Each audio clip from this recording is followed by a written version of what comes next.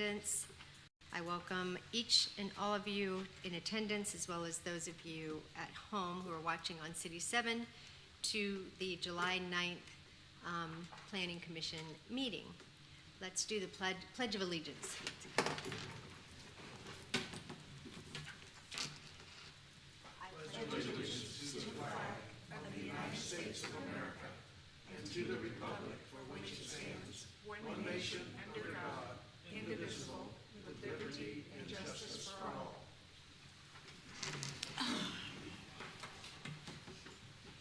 Thank you. Before we get started, I want to remind all of us, and those of us up here too, to make sure your phones are on silent mode. Mine is, thank goodness. And anyone who would like to speak tonight, I need to swear you in. So anyone who would like to speak tonight or thinks they might like to speak tonight, if you'll stand and raise your right hand, I'll swear you in.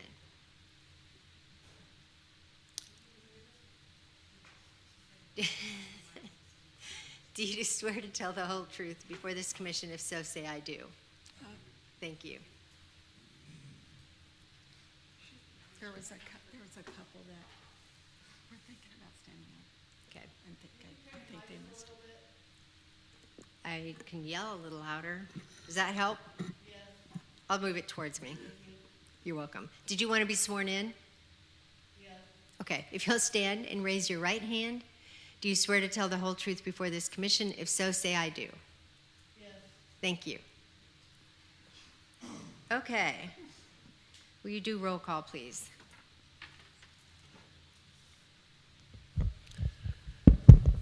Commissioner Ashbaugh. Present. Commissioner Ferguson. Present. Commissioner Wiley. Here. Commissioner O'Neill. Here. Commissioner Torres. Here. And Chairman McLean. Yes. Here. Okay. First thing on our agenda is the consent agenda. Commissioners, would anybody like to pull anything off, or do we want to accept it as is? Chairman McLean, Yes. before the consent agenda is the election of officers, which is required by the bylaws of the commission. I don't know if you guys aren't ready to do that this evening. You could postpone that to a later date, perhaps the beginning of September or something like that. But otherwise, you guys, of course, can elect the chair and vice chair. Sorry, I rolled right over that one. All right. I'll make a motion that we postpone until we find a replacement for the end of Chairman McLean's term. Which was last week. You've been extended. Is that correct? She's been extended currently, so that will work. From what I understand, Chairman McLean will stay in the position until the next commission member is appointed. All right. Then my motion stands as. Set a date for the election. So do you want to set a date for the election? Let's do that. August or? I mean, it's up to you guys. Probably the first meeting in August isn't enough time for a new nominee to go before the city council. That would be my guess. I mean, the first meeting in September would give you 2 months. Okay, So let's do that. Do you have a date for that? I can look it up. And I will add that to my motion. I am going to update my motion. That would be September 10th. Chairman McLean, I update my motion that we will re-elect officers on September 10th. 10th. 2024. Elect. All right, is there a second? I second. Thank you. And we're ready for a vote. Commissioner Ashbaugh, Yes. Commissioner Ferguson, Yes. Commissioner Wiley, Yes. Commissioner O'Neill, Yes. Commissioner Torres, and Chairman McLean. Yes. Okay, the election of officers will be September 10th, 2024. The other thing, since I skipped ahead to consent agenda, is there's no minutes for the last meeting. Yeah, we're still working on those. They should be available for the, we'll include them to be approved at the next meeting in July. Okay, thank you. All right, consent agenda. Madam Chairman, Yes. I move to approve the consent agenda. Is there a second? I second. All right. We're ready for a vote. Commissioner Ashbaugh, Yes. Commissioner Ferguson, Yes. Commissioner Wiley, Yes. Commissioner O'Neill, Yes. Commissioner Torres, Yes. Chairman McLean. Yes, the consent agenda has been approved. Okay, cases to be continued are case number 24-150-01, Comprehensive Plan Amendment for 21101 East 78 Highway. Take a motion? Madam Chair, Yes. I make a motion that we continue case number 24-150-01, Comprehensive Plan Amendment. Is there a second? Thank you. And we're ready for a vote. Commissioner Ashbaugh, Yes. Commissioner Ferguson, Yes. Commissioner Wiley, Yes. Commissioner O'Neill, Yes. Commissioner Torres, and Chairman McLean. Yes. Case number 24-150-01 will be continued until August 13th, 2024 meeting. Case 24-100-12, rezoning of 21101 East 78 Highway is requesting to also be continued. Is there a motion? So moved. Thank you. Second? I'll second that. Thank you. And we're ready for a vote. Commissioner Ashbaugh, Yes. Commissioner Ferguson, Yes.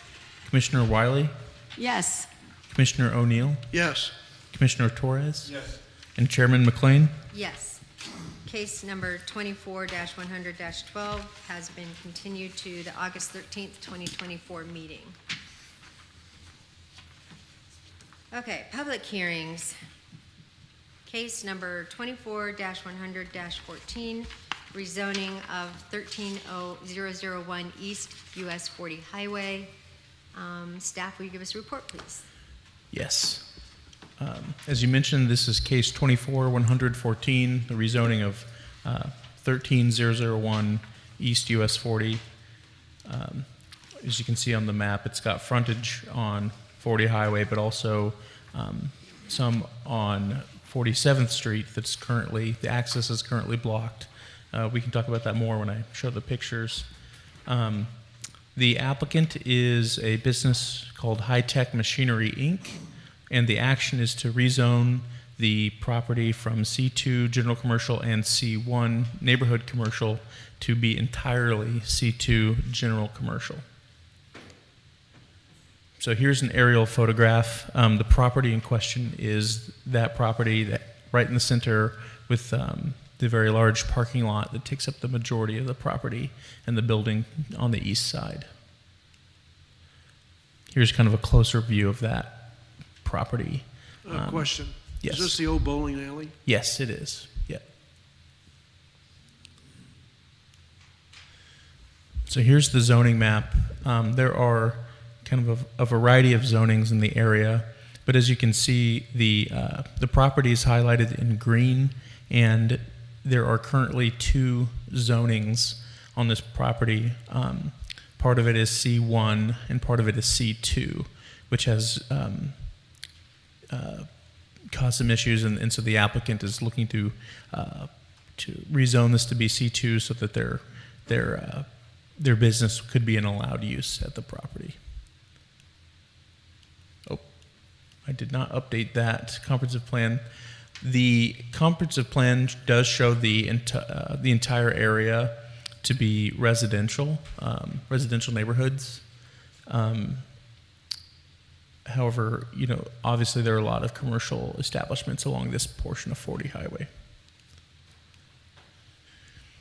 And this was the notification map all of the properties highlighted in the pinkish light red were notified of this public hearing. So the background, the property at 13001 East US 40 currently has 2 zoning designations. The portion of the property nearest 40 Highway that is mostly paved surface, but also contains a small portion of the building, is zoned C1 Neighborhood Commercial. The remainder of the lot, which includes the majority of the building and the portion of the parking lot with frontage along 47th Street, is designated C2 General Commercial. For any use to be permitted on the property as it is currently zoned, the use must be allowed in both C1 and C2 zones. The applicant, High Tech Machinery, Inc., is a business that sells used metalworking machinery. They have been operating out of 2 other locations within the City of Independence. High Tech Machinery is intending to purchase and use the subject property to consolidate their inventory and use the building as a sales floor for their retail operation. City Code defines this type of use as business equipment sales and service. This use is permitted in C2 General Commercial, but not allowed in C1 Neighborhood Commercial. Thus, the intended use of the property is not allowed on the property with the current zoning designation. The applicant seeks to have the zoning amended so that the entire property is designated as C2 General Commercial. So the property history.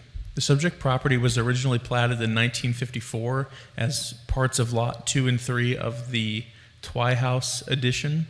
However, the property has been bought and sold numerous times throughout the previous 7 decades with complicated legal descriptions and little regard to the platted lot lines. This ultimately is how the subject property came to have its mixed zoning. The area that is now part of the subject property also had 2 zoning designations when zoning was introduced in 1965. The southern portion of Lot 3 was designated C3 Commercial, while the remainder of the area was was C1 Neighborhood Commercial. In the late 60s, the property was part of a rezoning case that established the current zoning configuration of the property. The area designated as C1 Neighborhood Commercial was its own separate property at the time. Only later in the 1980s were the properties sold together, establishing the current property boundaries.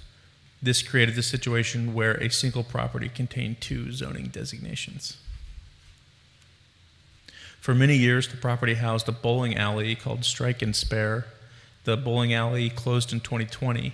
In 2021, KC Floorworks, a carpet and flooring company, opened at the location, although the issuance of the business license was in error because carpet and flooring covering retail sales is also not permitted in C1 districts. So they would have had the same issue. The majority of the property, the physical characteristics of the property. The majority of the property is a paved parking lot with frontage along US 40 Highway and 47th Street. Currently, the drives that allow the property to be accessed from 47th Street are blocked by large concrete blocks. The only way to access the property right now is via US 40 Highway. A large building, approximately 30 square feet in size, sits on the eastern part of the property. The building has been painted a light gray color and features an awning over the entrance that reads KC Floorworks. The rear of the building can be accessed from 47th Street and features a rolling garage door and additional rear entrance. Characteristics of the area. The area along US 40 Highway features various commercial uses typical of a commercial corridor. On either side of the street sits used car lots. West of the subject property is a restaurant. However, the northwest of the subject property across 40 Highway lies 2 single-family homes. South of the subject property across 47th Street lies a single-family residential subdivision called Voorhees Vale. The proposal. The applicant seeks to have the entirety of the property rezoned to C2 General Commercial so that he can purchase the property and operate a used metalworking machinery retail sales floor. So regarding the consistency with the Independence for All strategic plan, rezoning this property is consistent with the strategic plan. One of the objectives of the plan is to grow business and industry. The applicant, High Tech Machinery, is a local business that has been operating in Independence for several years. By rezoning the property to accommodate the use of this business will allow them to continue to grow and expand their operation within our community. The comprehensive plan guiding use land principles for the current designation. The comprehensive plan envisions the future land use of this property and surrounding area to be residential neighborhoods. While the comprehensive plan intends for this to be a residential area, it is unlikely that the property or the surrounding properties could be used as such without significant redevelopment. This property has been used for commercial purposes for many years, and realistically, it will remain a commercial property for some time. Sub-area plans. This property is not located within a sub-area plan. Historic and archaeological sites. There are no apparent historic or archaeological sites located on the property. Public utilities. All utilities are present on site and in the adjacent rights-of-way. And CIP investments. There are currently no CIP investments in the area. Okay, so this is a fairly large property, so I did take a lot of pictures, so I do apologize if this all becomes a blur. But so this is 40 Highway, looking across 40 Highway onto the property. And you can see it's mostly just a parking lot. So this is facing southwest, looking at the adjacent property. This is the restaurant that I mentioned. And there's a old used car wash, kind of, you can see nearby as well. This is facing southeast, looking at the adjacent property. This is the used car lot. This is facing southeast, looking down 40 Highway. This is facing northwest, looking the opposite direction along 40. You can see the single-family homes to the right there. This is facing north, looking across 40. A better look at those single-family homes. And this is facing northeast, looking across 40 at another used auto lot. And this is also facing northeast, looking at across 40. So this is into the property, looking south, and you can see the majority of the property is just a vacant lot. This is turned around, looking north, looking back towards 40. This is facing southeast, looking kind of at the building that's there. The KC Floorworks business currently operates there. Again, here's the building facing east. You can see the new awning there with KC Floorworks. This is facing south. This is getting closer to 47th Street. You can, as I mentioned before, the access to 47th Street is blocked by these concrete blocks.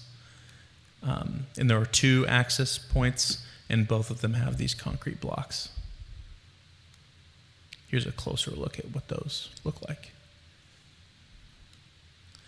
So this is on 47th Street, looking west, and there's another commercial building that has access off 40. This is the adjacent property. And then this is looking across 47th Street southwest. Behind those trees are single-family homes. Again, this is facing south, looking across 47th. You can kind of see those homes behind the trees. Similar view, facing southeast. This is the entrance to Voorhees Vale. This is a little further east along the 47th Street.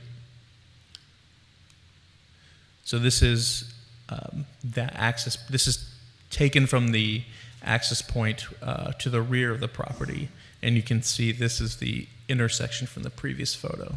This is facing west, looking down 47th. So this is the rear of the property. There's that rolling garage door that I mentioned, in the carpet that I guess they threw out. And here's a better look at the rear entrance. If you go further north, there's an entrance to the building, kind of tucked back there. So this is another adjacent property. This is a barber shop that has access off of 47th Street. It's next door. the entrance, the access points to the rear of the subject property and this barbershop are very close to each other. And then this is facing east, looking down 47th Street. And our recommendation is that staff recommends approval of this rezoning request. Thank you. You did take a lot of pictures. Very good. Yeah, I wanted you guys to be as informed as possible. All right. Commissioners, any questions of staff? All right. Will the applicant come forward, please? What's that? Yeah, he did. Members. Hi. State your name and your address, please. My name is Gurpreet Singh. My address is you mean the property address, the one on Your address. 508 North White Circle, Garner, Kansas, Thank you. 66030. Thank you. What do you want to tell us about this project? And Yes, so The request. we are trying to buying this property. We have already signed the contract from the seller. We currently have 2 warehouses in the city of Independence. We buy and sell used metalworking machinery. Currently, we don't have the big enough buildings where we can sell or retail those machineries in the local market. Right now, currently, we are wholesaling the machines to overseas customers like Europe, Turkey, India. But we have so much demand right now for those machines in the local market because in the 500 miles radius, there's no other used machinery sellers. So either people have to go to California or have to go to Cleveland or have to go to Detroit to buy those machinery. So the local customers just demand us that we should have a kind of a showroom where they can come and see the machines and see them on the floor. So that's what forced us to buy this 3rd building, which is a quite big building. So this is our goal is to have this showroom so that the local customers from all over America and Canada can come and see those machines on our floor and buy from us. And then the city, after we signed the contract, I approached the city to make sure that I'm eligible to work in this property, what I'm doing right now. And they said the property has been divided into 2 separate zonings, C2 and C1. Although the majority of the building is of C2 and just a small portion of parking lot is C1, but in order to get me the building business license, the whole property have to be converted into C2. So the city staff just guided me the process, and I just followed the instructions, notified all our neighborhoods, and here I am today. Well, thank you. Commissioners, any questions? Yes. Are you going to be receiving large shipments of materials by semi, shipping or receiving? No, it's gonna be like machineries. Have you seen like the lathes, the mills, the bandsaws that cut the saws? So we usually get them on the trailers, and we just. So our 2 buildings will receive those machines, and once they're all cleaned up, we'll shift them to our showroom building where we can sell those from our floor. So our 2 other warehouses over here in the city of Independence will receive those machines, and so once they're all cleaned up, we'll just send them to the showroom place. So they'll be using trailers and not semis. We'll be using them in our Truman building, but not over there. But yes, we might be using the semis if a customer wants to pick up the machines from our floor, they might bring their trailer, pickup trailer or depends on the size of the machine they're buying. They might bring it to our building so that we can load that equipment on their trailer. Madam Chair, I apologize. I just asked a question without permission. Fine. I've been curious because I drive on that road a lot behind it called 47th with the concrete barriers. And I'm sure that that was to keep large trucks, et cetera, or a cut through from 40 Highway Correct. over to 47th. Are you planning on to keep that closed? Or are you planning Yes, on opening because that? I can't because the way we receive the machines, that portion we can't use that portions. We have to enter from the 40 highway, and we have to offload from our main parking lot, bring it to our building because the back entrance for me is of no use right now. So currently I'll be using just the front portion of the building. The 40 Highway Yeah, entrance? the 40 highway. Okay, Yes, yes, ma'am. thank you. Continue my question. Do you feel like there's enough room for a semi to back up to that back dock on 47th Street Yeah, without blocking traffic? there's no way I can bring my semi on the backside. So if we're receiving any machines, it have to be done in the front parking lot. Okay, thank So you. There's no way we can bring that on the backside of the trailer. Like it's not safe for our machines. Thank you. Any other questions? Okay, thank you for now. Thank you Sure, very we'll much. bring you back up. Is there anyone here who would like to speak for this case? Is there anyone here who would like to speak? Yes. Was there four? Are you four? No, actually, I got some questions. I want to know, see what it's going to affect. I'm one of the people that lives in Fort East Bells, and I want to know what this is going to do for the property tax base and what it's going to be for having machines coming in there. And I explained Okay, why the okay. concrete parts. Okay, hold up. back of that. I know, hold on. What I'm gonna do is I'm gonna call you up to the microphone so everybody can hear you, because when you talk from there, the people online can't hear you.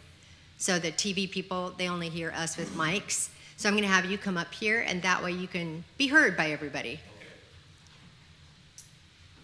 And if you'll just state your name and your address, that would be fantastic. This way everybody can hear. Name's David Renshaw Jr. I live at 127 14th, 47th Northeast Court South. It's a big old long address. Thank you. But what you referred to, the blocks on 47th, why that was put in there was KC Works put them in because they held motorcycle things in that parking lot on weekends, almost every weekend, till midnight or 1 o'clock Friday, Saturday, and Sunday. That's why they blocked that off. But the main question I wonder, what is a 185-foot buffer zone?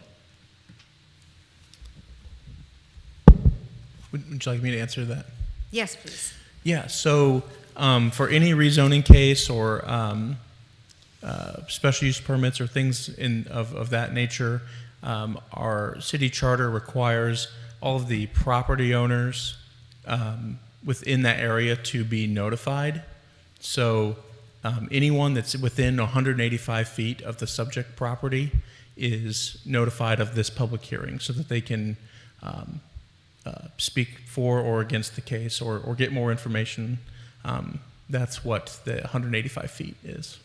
Well, the reason why I was asking is there's some other residents here. We're in that residence that's on the other side of 47th Street that's considered the buffer zone. Yeah, so that's So why you were what does that notified. mean? Does that mean anything for our houses?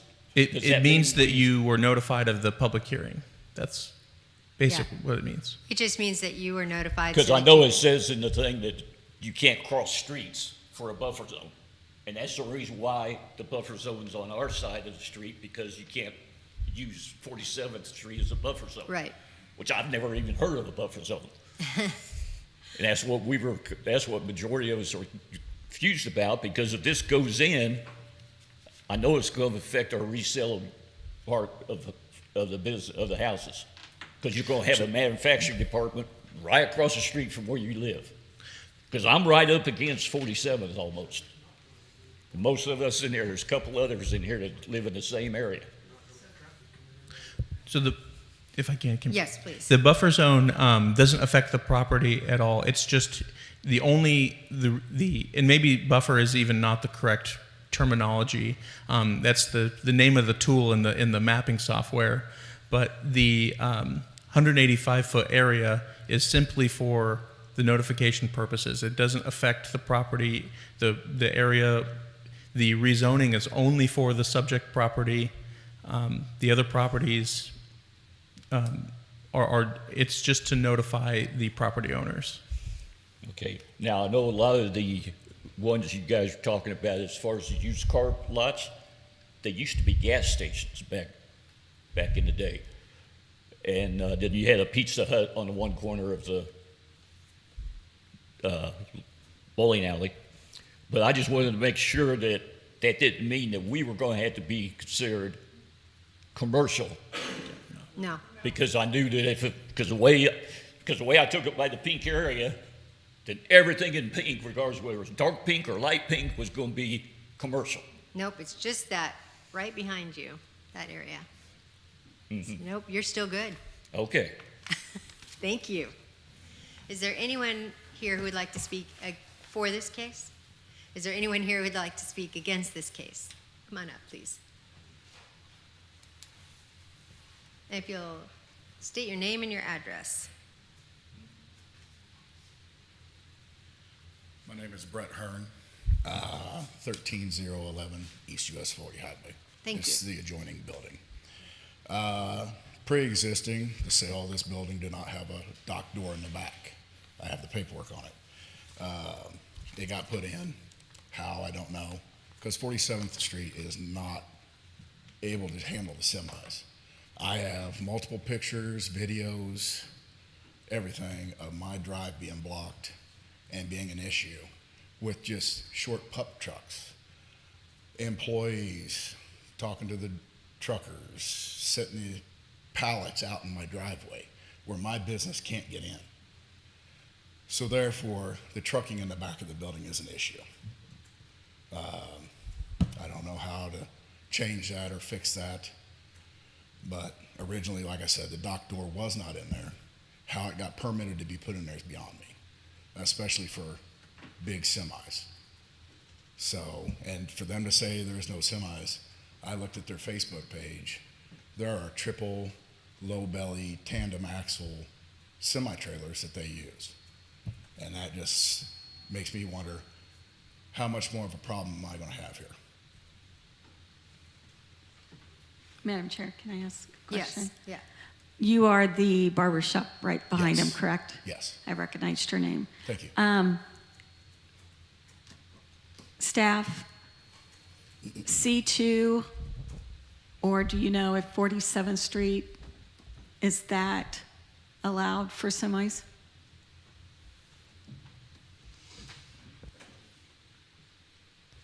"47th isn't an arterial. It may be a collector. What does that mean? But I don't believe so. You know, when I was out there taking pictures, you know, there is, you know, there's hardly any shoulder. It's not very wide, and yeah, there's not very much room for semis or any very large vehicles to park in that rear area. But no, I don't believe the semis. I would have to double check to be 100% sure, but I don't believe semis should be using 47th Street anyway. And we also we can double check on the building, if they did get a building permit to build that rear access. I'm not sure if they did or not. Okay. Thank you very much. How often and when are you seeing people on semis on 47th? Every week, 2 or 3 times a week. I mean, I can show you the pictures. I have them on my phone pulled up right now. And not only is it that, it's trucks and trailers. I've had to block off that side from contractors cutting through my parking lot to get to the back of the building, stuff like that. It's been a nightmare.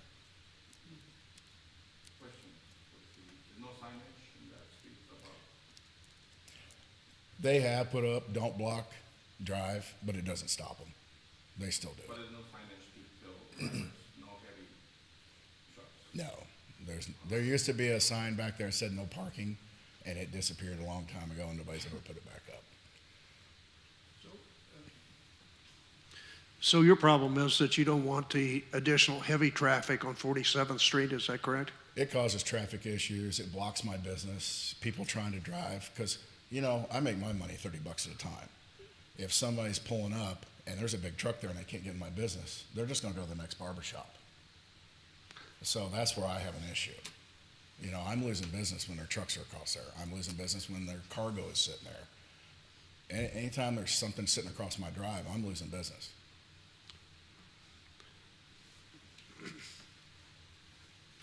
Madam Chair? Yes.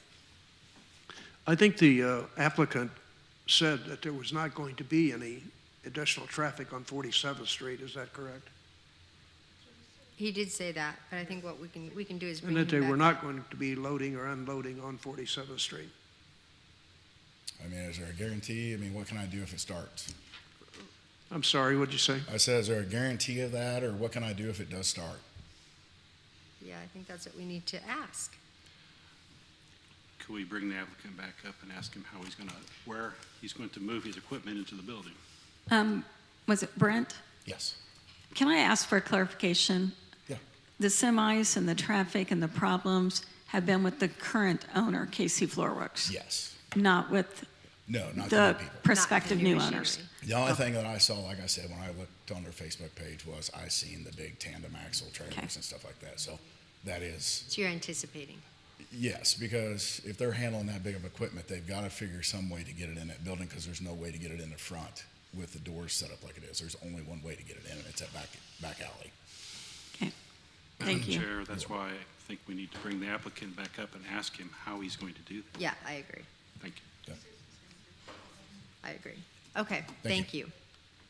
Will the applicant come back up, please?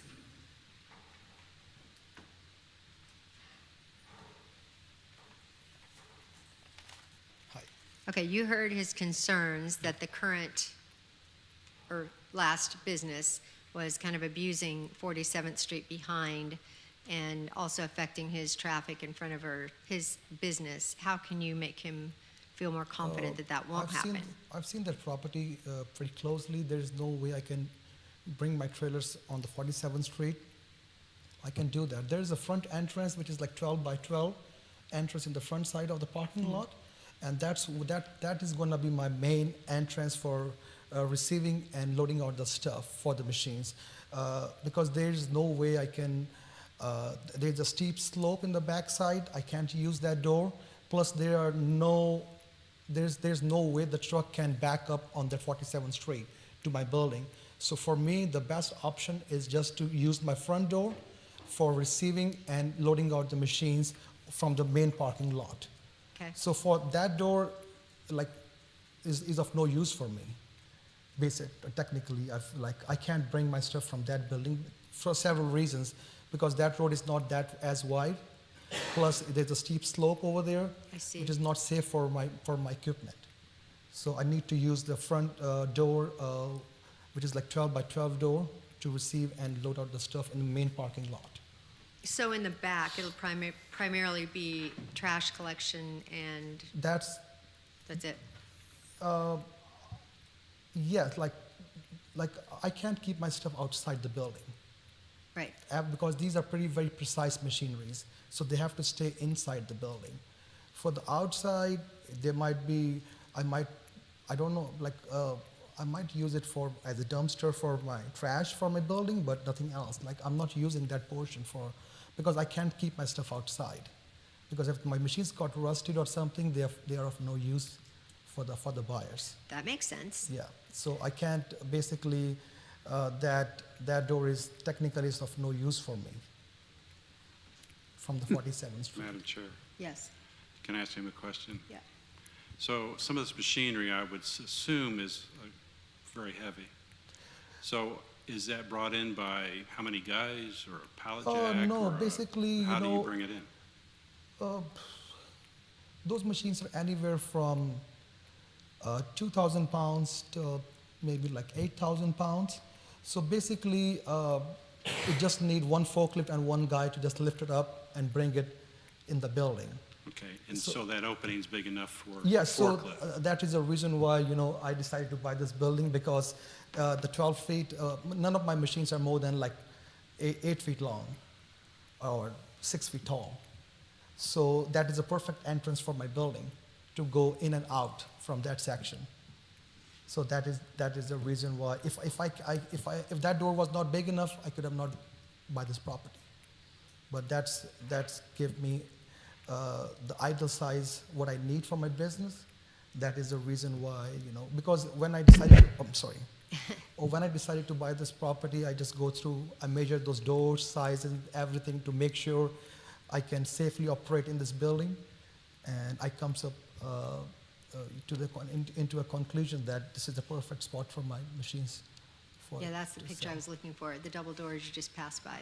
Yeah, so those are the doors you're referring to, correct? Yes, so this one is 12 feet wide. Okay, So that door is, so this is where I need to offload my machines and go straight to my building. okay. Okay, so this is going to be a retail store, so are most of the customers coming in have already contacted you and asked you questions, or are they like off the street, just No. drive-by traffic? They usually call us through the internet because we spend a lot of money on the marketing and online marketing and all that stuff. So they usually call us and ask the specs about the machines from all over America and Canada. And once they're satisfied that yes, these machines meet their requirement for their business, they usually come, somebody fly down and wants to see the machines on floor, make sure everything looks good as what we have explained them over the phone. Once they're satisfied, they write us a check and then they take the delivery from the machines from us. And so the equipment you're getting in, it just sounded to me like you were actually taking it to one of your other buildings, reconditioning it, and then bringing it in Yes. to your, so yes. the Yeah, people that because are my doing other- that are already, your employees are already people who know where to go, Yes. right? Yes. So that is a reason why, like my current 2 properties, they are not the showroom kind. This is the perfect building for me. And, if you can't present the machines in a good way, that doesn't give you a good feel to the buyer. They want to feel good. That is a reason why I'm just expanding my business to buy this property so that when customer comes in the building, they feel that, oh, this is a nice, like the environment is good. It's, they get a good feel about the machine so that, I can sell the machines to the local customers here. Sure. But when I'm selling the machines overseas to my overseas customers like India, Europe, Turkey, or South America, those people don't fly. They just ask us some good photographs. We usually clean them and take some good photographs from all the angles. And then they just make the decision just entirely on the photographs. But we got so many calls here from California, Chicago, Cleveland, and they ask about the machines, and we tell them that, yeah, we have the machines, but I would say 7 out of 10 times the deal doesn't go through because the way of presentation of the machines is not as good as it should be. So that's why I was tired of listening no word from the buyers. I said I have to do something. So that's forced me to make the decision to buy this building, so that I can expand my business in the city of Independence. Okay, Madam Chair, I have a question, sir. Yeah. The gentleman addressed a lot of traffic in the back that is blocking his place of business. Yes. What has been all of that traffic recently? Oh, I'm sorry, I couldn't get.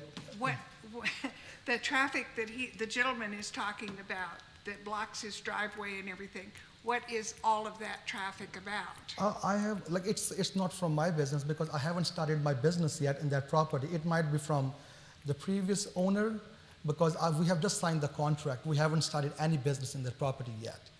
So he might be saying something from his previous experience, from the previous, I don't know much about that thing because we have just signed the contract of buying this property, but we have not closed down on the property yet.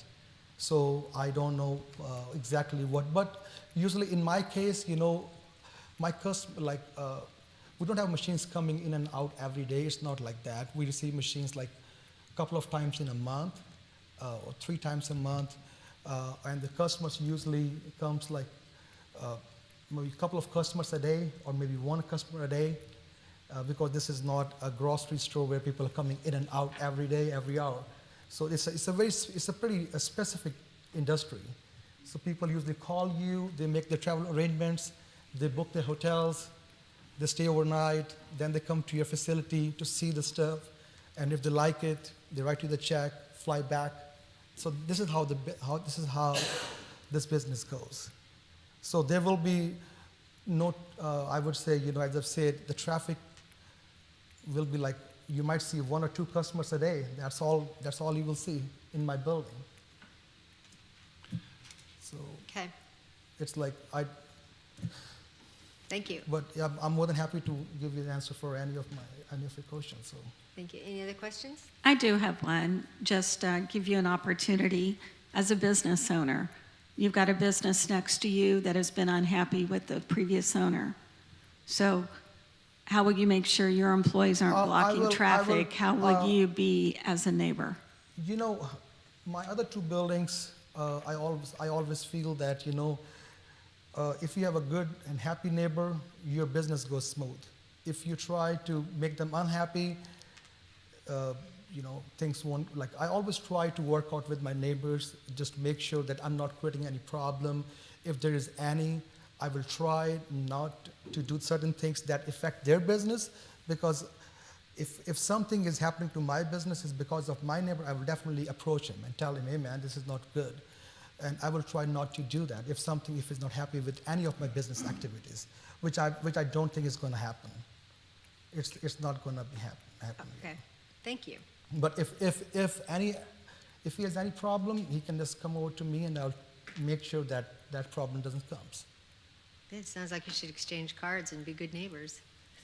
Yeah, I've tried. I have 2 other buildings, and my other 2 neighbors over there, we always party together. We always try to be cooperate to each other. This is how I goes. I always want to, because we are very, if to have a good neighbor, I think you're blessed to have a good neighbor. So I can make my neighbor unhappy. Okay, So thank you. thank you very much. Is there anyone else here who'd like to speak against this case? You're welcome to come to the podium and ask it. That way everybody who's watching on TV can hear you also. And if you'll state your name and your address. Nancy Harrington, 12,800 East 47th Terrace, Court South. Thank you. And I was wondering, and maybe I missed it, but why is the neighborhood district under the same Zoning? Yeah. You're not.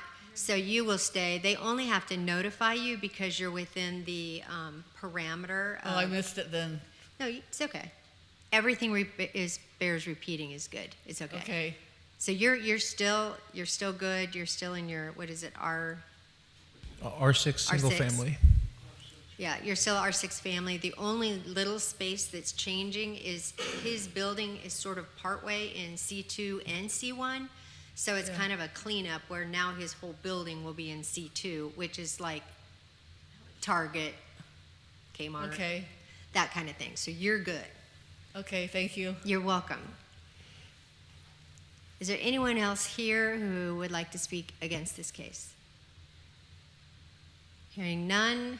Commissioners have any questions of staff or further questions before I close the public hearing? Closing the public hearing, I will entertain a motion or more discussion. Madam Chair, Yes.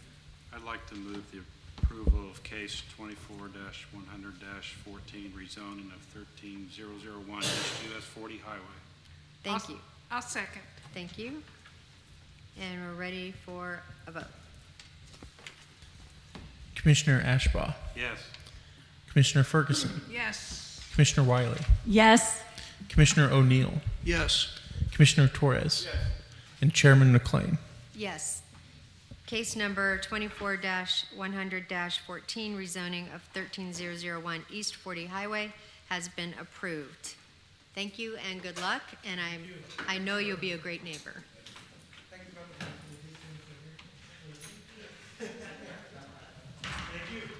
Thank you.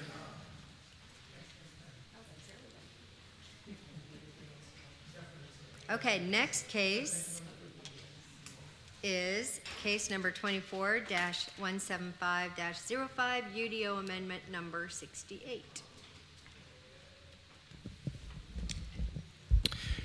Thank you. So for tonight, what we have here is, as you mentioned, proposed code amendment number 68 related to tobacco stores, convenience stores, liquor stores, and small box discount stores.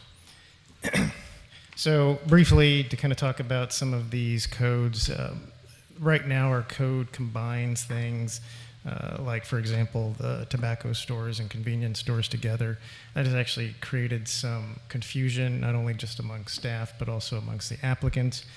So the goal with this was to make sure that we've created a separation between these types of uses. So what we have done is created a more defined definition for each one of these: tobacco stores, convenience stores, liquor stores, and small box stores.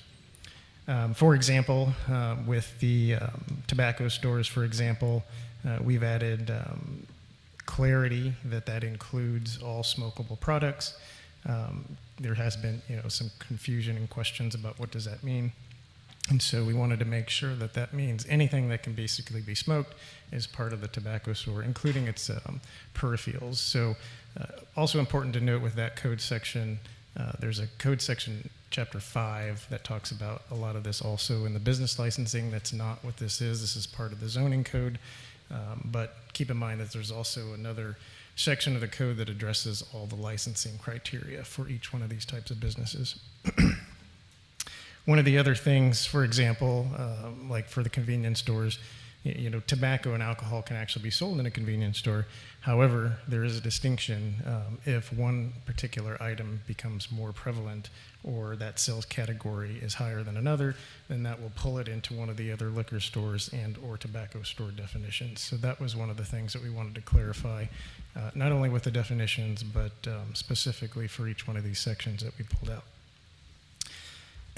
Rick, can I ask Yes. a question? Yeah, Madam sure, Chair? go ahead. Just based on that, is it because we're limiting the number of liquor stores or the number of convenience stores or the number of tobacco stores? So we And do have a per capita limit on tobacco stores. Okay. And so, that does kind of create some of that confusion as to, is this a tobacco store, is this not, if they're still selling alcohol or liquor and that type of thing. And then, of course, the liquor stores, we don't have a limit, but there is a licensing process in place. And so again, the whole intent there was to try to make sure that we had some clarification on the definitions. What we did do for like tobacco stores, and I'll talk about each one of these, we did ask some specific criteria for things like exterior lighting, window clear space for visibility, and that has to do with safety between being able to see inside the store and outside the store where like a clerk would be.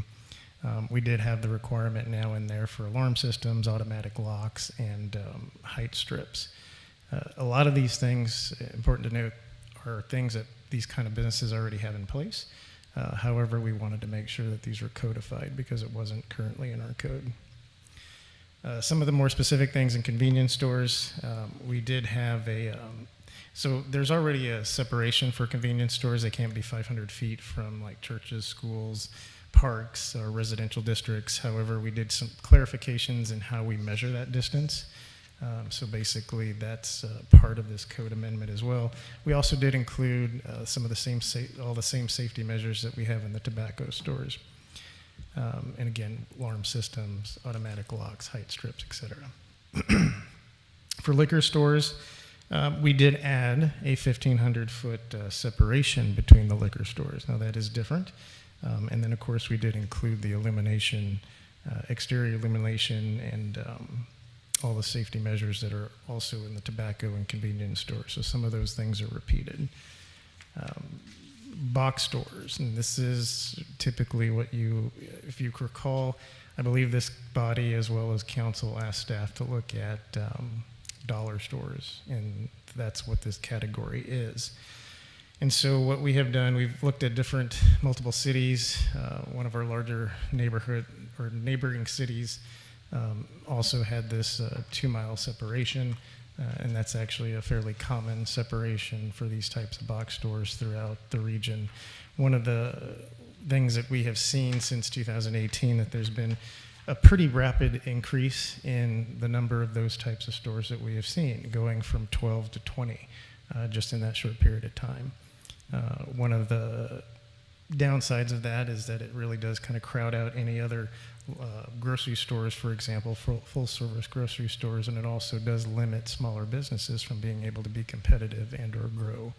So with that, we did add that 10,560 foot separation between those types of businesses. In your packet, hopefully if you've got that, it shows kind of a map that shows the zones of where that covers.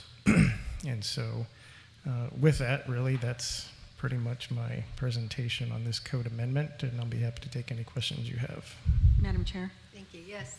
Rick, is any of this going to change current number of dollar stores, current number of tobacco stores, current number and... So it's not going to change any of the number of tobacco stores because that's Okay. already a per capita limit. It would potentially change the number of how many additional box stores They that we could build. have. Yes. Okay. None would be going away. This would be going No. forward. No, this Okay. would just be going forward. Thank Along those lines, that separation limit is just stores that we want to locate within Independence. In other words, what if one is just right on the other side in Kansas City? So this code amendment includes those within the city limits as well as outside the city limits. So it's within that zone of influence. Yes. Can you tell me what a height strip is? So a height strip is basically when you go into a store, typically, let's say like a liquor store or something, it's a strip usually by the door entrance that a clerk can see how high somebody is. So in case there's like any kind of theft or robbery, they have the ability to tell them how tall that person was.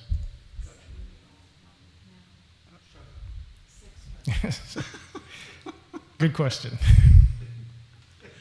Well, also it mentions alarm systems. Correct. So what type of alarm? An alarm like somebody's walking out of the store with product they haven't paid for, or So all hell's breaking we loose? do actually have a portion of the code that talks about that. I didn't bring that with me, so I apologize. I don't have the specific definition, but it's essentially an alarm system that notifies typically a police department as well as basically it notifies authorities. Okay. Yep. I like the no more than 25% of your window signage. Yes, and specifically for that, one of the things, and you'll see this all over the country, you'll see a lot of stores where they're maybe tobacco stores or liquor stores. They'll have a lot of their products that they sell, and we do have a sign ordinance, and so it kind of negates that in some way because you've got a lot of these windows that are completely covered with a lot of the products that they sell. And that can actually be a security issue as well. So that's one of the reasons why we had that 3 foot to 7 foot clear, clear space so we can make sure that there's visibility not only for the store clerk but somebody entering the store as well. Question. There's probably other examples of this, but I'm going to just use the one that's closest to me. There's the Hy-Vee grocery store, but then there's also a Hy-Vee convenience store. So are those two separate businesses, or sort of, what do you do in that case? So that might be considered more of a gas station, but if it didn't have gas, so we basically distinguish between convenience stores and convenience stores with fuel cell. So that would probably be more of the convenience store with a fuel cell. But if it wasn't a fuel, if they didn't sell fuel, then it would fall under that convenience store category. And you use the term fuel cell because one day everything's going to be electric, right? I do believe that will probably be the case, Okay. despite some things we might hear. But yes, essentially.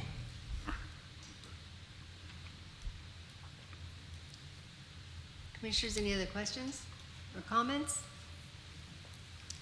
Okay. You said about smoking.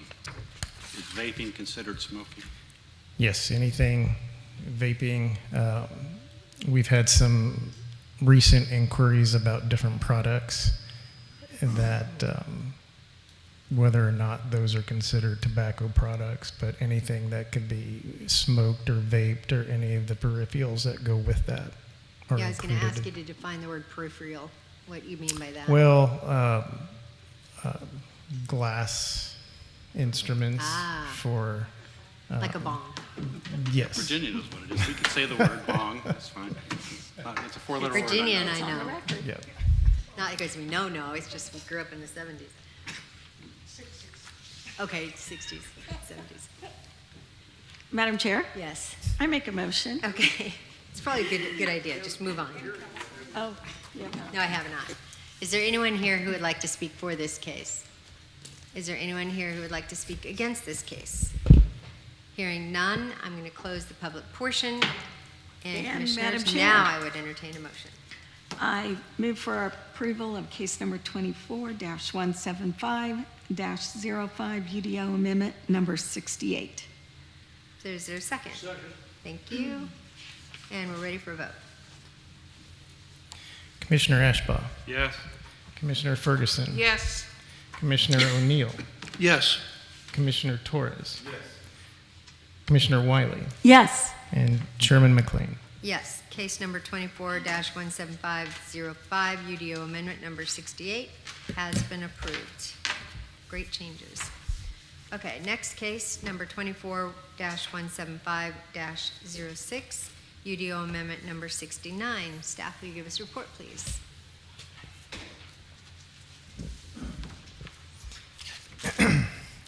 Yes, so proposed amendment number 69, this is actually a code section for our recreational vehicles, parks or RV parks.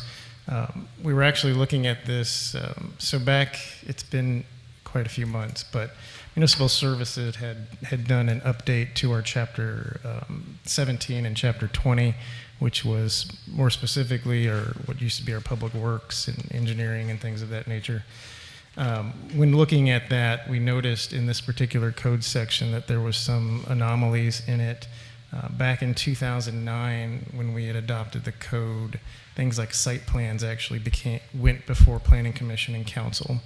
And so for RV parks, in there's a code reference that talks about the City Council approving, the need or the site for this particular location, which is really referring back to that old site plan approval process. And so we wanted to make sure that we brought that up to basically our current standard, which would basically follow the special use permit process. And so with that, we put this code section together. It's fairly short, pretty simple, but basically wanted to make sure that the RV approval process follows the special use permit process, but then also includes some specification updates that are required based on our Chapter 17 and Chapter 20 code specifications that talk about like the FEMA and regulations that we need to make sure are included on any of those special use permit applications. Thank you. Commissioners, do you have any questions?